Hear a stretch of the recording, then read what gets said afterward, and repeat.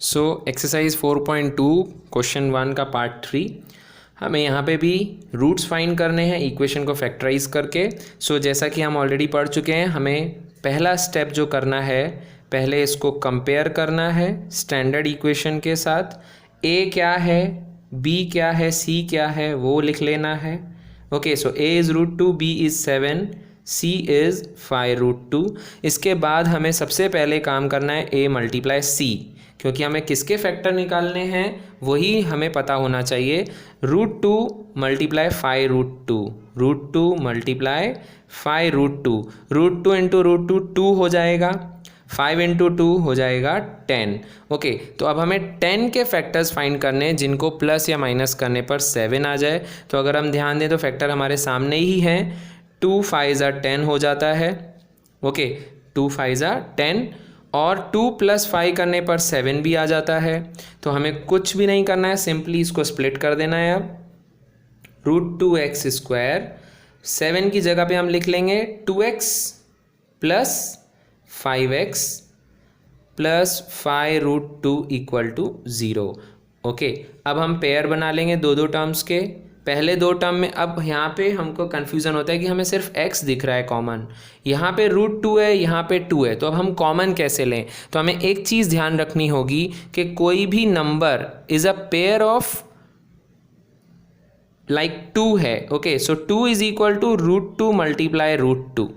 हमेशा ध्यान रहे, 3 होगा तो वो √3 मल्टीप्लाई √3 होगा, 2 होगा तो वो √2 मल्टीप्लाई √2 होगा। तो हम ऐसे उसको ईजिली कॉमन लेने में स्प्लिट कर सकते हैं। दैट मीन्स 2 के अंदर दो फैक्टर्स हैं, √2 मल्टीप्लाई √2। तो अगर मैं यहाँ पे √2 कॉमन लेता हूँ और x, तो मुझे यहाँ पे क्या मिलता है x, और यहाँ पे 2 में से मैं √2 यानी एक फैक्टर ले चुका हूँ कॉमन, मेरे पास सिर्फ बचता है √2 और x तो ऑलरेडी मैं कॉमन ले चुका हूँ। ओके, देन इन दोनों में से मैं 5 कॉमन लेता हूँ, मेरे पास बचता है इधर x + √2 = 0।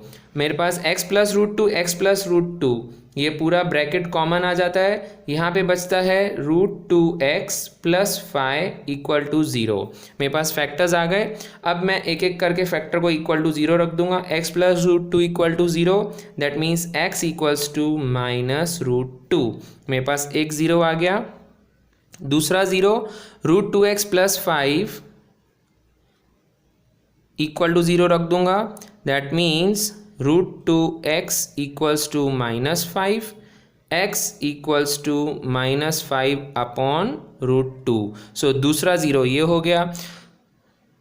Okay, so we can write here roots of the equation are -√2 and -5/√2। So ये दो ज़ीरोज़ इस इक्वेशन के यहाँ में मिल गए। Moving on to the next question, 2x² - x + 1/8। यहाँ पे हमें फ्रैक्शन दिख रहा है तो हमें पहले ही एलसीएम ले लेना है। एलसीएम इज़ 8, इसको हम सिंप्लीफाई कर लेंगे। सो 8 × 2 = 16x² - 8x + 1 = 0।